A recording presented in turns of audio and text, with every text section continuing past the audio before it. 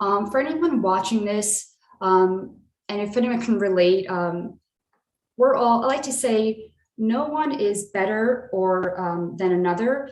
We all have our obstacles in life. We are not comparing. They are unique in their own way. We all have our hardships, like a roller coaster. There are ups and downs. But as a person once said, it's not what happens to you, it's what you do that what happens to you. It's the Health in the Real World podcast. It's time to start the show with Chris Janke as your host. Here to give you everything that you need when it comes to fitness strategies. We keep it simple and easy. It's your roadmap to get healthy. You don't need equipment and you don't need a gym. Just the right strategies to get you fit and trim.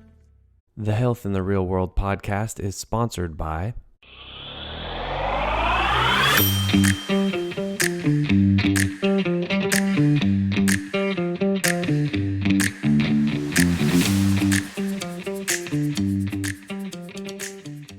Hello and welcome to the Health in the Real World podcast. I'm Chris Janke, joined today by Mary Krontiris. Mary, how's it going today?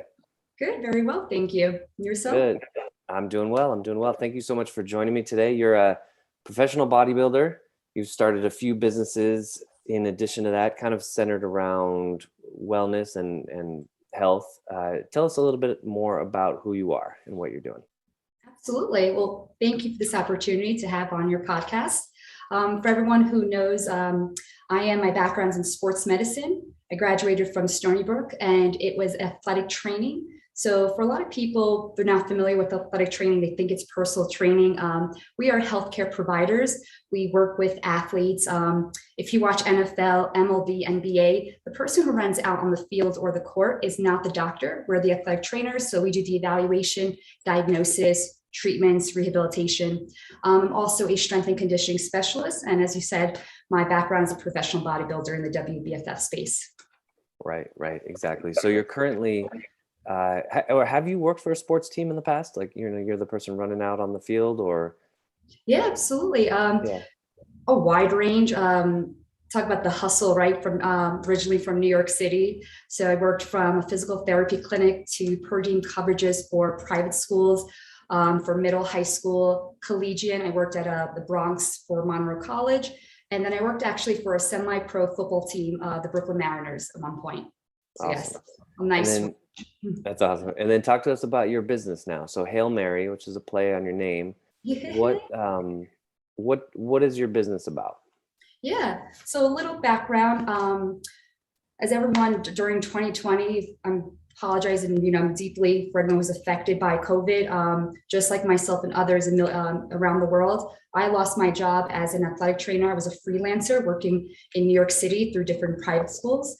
So during that time, I like to say, like as Albert Einstein once said, in the midst of difficulty lies opportunity. And that's where I took that and just decided to create a mobile, tablet, and web application designed to keep our athletes safe and their well-being first.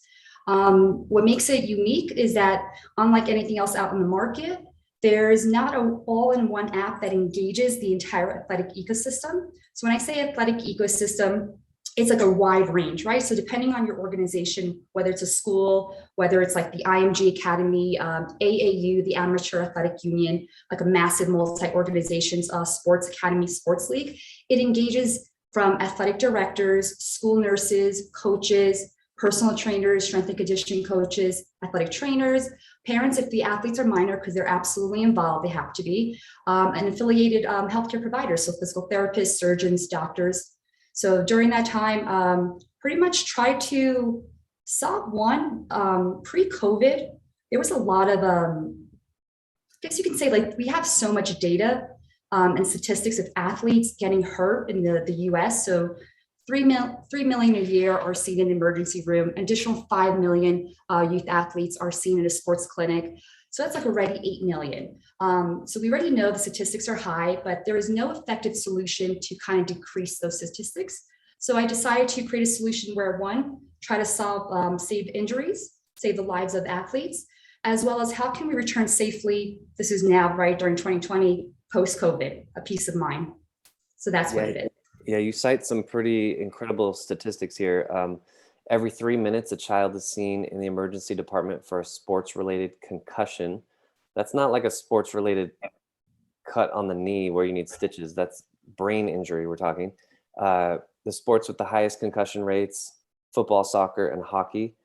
And then you said about football that football has 12 times the number of injuries than basketball does.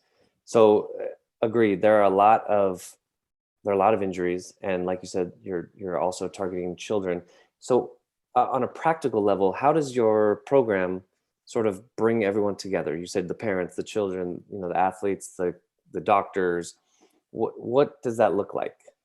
Yeah, absolutely. So for someone who is not in the space, I like to think of it as so Amazon, right? Like it started off just selling books, right?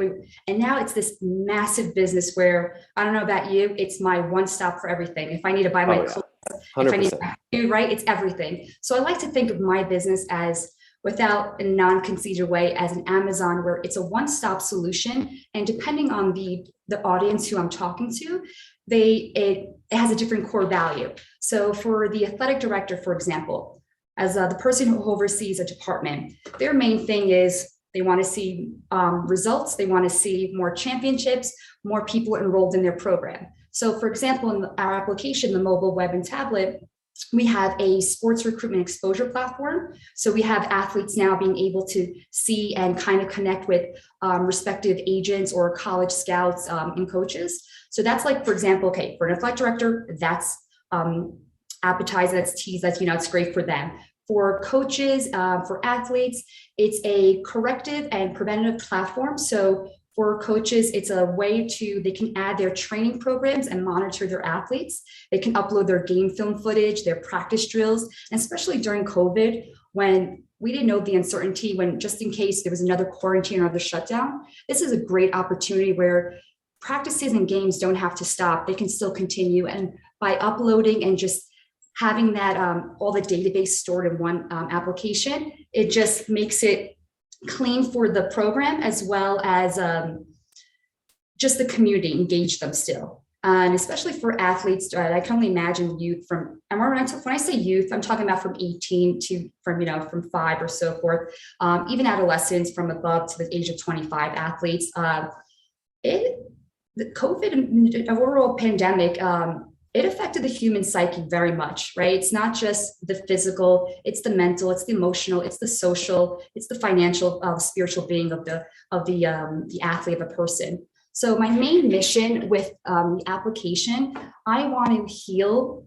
I shouldn't say that. It's not that I want to provide a platform where the entire athletic ecosystem can help treat athletes, their health overall. And their health overall to me is an interconnection of 6 components. As I just mentioned, it's the physical, the mental, the emotional, social, spiritual, and financial. So these are all interconnected, and by just treating all and treating them all and seen as equal, that's how we can, but yeah, to continue. Absolutely. Yeah. 100%. Well, this is great. I've looked at some of the sample videos that you have with the app, and it looks like, very clear instruction as far as how to do certain exercises. I got a side plank pulled up here, and I can tell you're trying to integrate the whole body, shoulders, hips, knees, ankles, everything's connected, greatly minimizes the risk of injury, right? Obviously there's still a risk because it's unpredictable movement in sports, but I agree, there's definitely a need for this. I remember growing up, I don't know how much sports you played, but I played every season. It was a different sport, right? Played football for 1 year. That was plenty for me. I remember we were doing hitting drills, and I hit a guy, or he hit me, and my arm went numb, boom, numb, right? Just like that.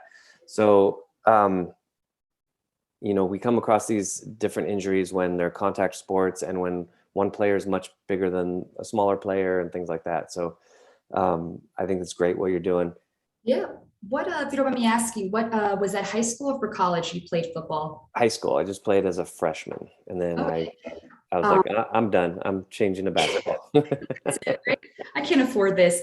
It's interesting you said that the irony that I'm in a sports medicine, a sports athletic fitness industry is growing up, I actually didn't have the luxury of playing sports. Sports was a luxury for me. From the age of 12, I started working 2 to 3 jobs all the way to my high school career and college to fund my college education and help with my family. So I find it now in a sense where I get to be a part of another athlete's career, like behind the scenes, and I get to see them, see their journey. So to me, that just to be a part of it now, like I'm reliving my childhood. Right. That's amazing. You were that busy and weren't really involved in sports or athletics, and then you became a professional bodybuilder. How did that happen? I want to talk about that story a little bit. Yeah, absolutely. It's like, I think I'll just become a professional bodybuilder. So what was that? I did a promotional video and interviewing with someone, and the same thing, like how did, you're an athletic trainer, a strength and conditioning coach, and a professional bodybuilder, like how did your fitness journey start, right? And just like anyone else, just being super vulnerable, but I started for the wrong reasons. Look back now, it's no one's fault, but my family, friends of families, whether it's verbal, mental type of abuse, just really convinced me that I was fat in my family. And it's just, for anyone who listens to this podcast, I come from a very Greek household. I'm a first generation American. So everyone in my family is like just a stick like this. So for me, like curves weren't recognized or honored as they are today. So at the age of 14, privately and secretly, I funded my own gym membership. It was a females gym at the time, had no idea what I was doing. Now in today's time, children, even adults have different social media platforms. I don't know what your way or when you started fitness, but I looked through magazines. I was cutting things out. I'm like, okay, that looks good. Doing these cardio machines. So that's how it started. And then the irony also, again, didn't select this in high school. Every year, every semester, they put me in weight training class. I'm like, what the hell? I was the only female in this weight training class with these guys. So a combination of weight training plus, working out because of my family and just being really convinced that I just eventually became in love with it. Just loved the idea of just how it felt. So yes, that's how it started. Wow, that's pretty crazy how like an accident like that, where you just happen to be the only female in a weightlifting class. And then you're like, oh, I kind of like this. I like the results. This works. Right? Especially when you can probably like bench press or like squat more than the guys at the time, right? Right. That's always a plus, right? Okay. So you kind of have an interest in it. You're maybe getting pretty good at it. What got you to the point where you said, I'm going to compete? I want to take it to the next level. Yeah.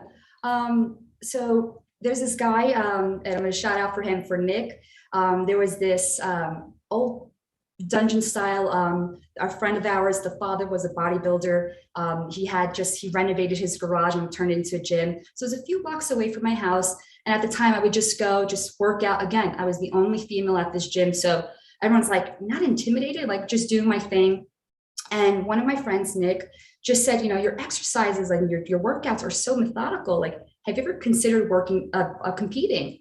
And I was like, are you kidding me? Me on stage in a bikini with heels. I said, I don't even do that at a beach and that's allowed, right? So like, I always cover up. So, laughed at the idea and I said, thanks for telling me this. And again, like going back to Albert Einstein, I'm now looking back at the pattern during hardships. And I'm not saying for everybody we have to hit rock bottom, but during hardships, we grow.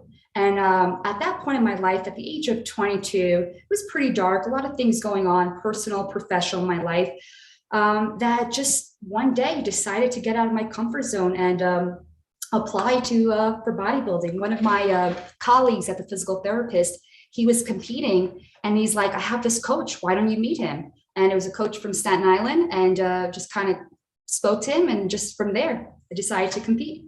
So kind of did it just blindingly. Yeah. Wow. That's incredible.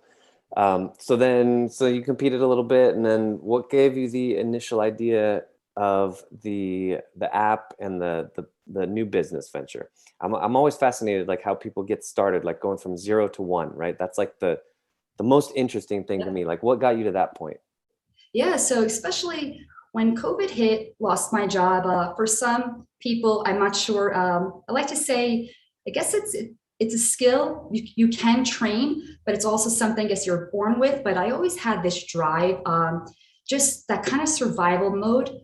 Growing up, like I said, my father passed away when I was 4, helping my family. I was the youngest out of my 3 sisters. I had 2 half siblings that are older. They had their own family. So I've always had that drive in trying to, whether it's excel in school, always working, trying to help my family, trying to fund my college education, which when I graduated was debt free. So I'm just happy on that. Who can, right? Like, who can say that? Like, with a diploma in your hand, just graduate debt free. So it's amazing. great. It's really amazing. And so just with COVID and losing my job and New York City, that, you know, we get unemployment, but eventually that got cut off. So just this drive of me of what can I do to, for me, get money, have an income, but as well as have, like, how can I help my fellow colleagues? Because athletic training, for, like I said, it's a profession that some people know, some people don't.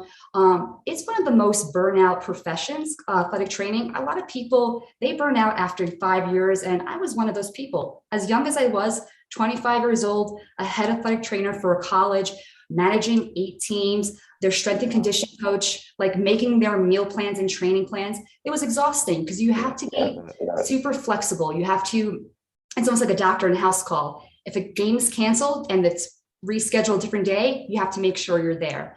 So the idea of creating something for myself as well as for others, so that they don't, other professional healthcare providers, other professional staff in the ecosystem do not get burned out. And ultimately, I want to bring back that love and fun for athletes to play sports. Like, again, I don't know what it's like, but I'm on the sideline and I see the exhaustion, the burnout, even in athletes. A lot of athletes, again, I'm just pulling up statistics, you know, the 13 to 17 years old, kids are already burning out, that they don't want to play college. They don't want to play high school.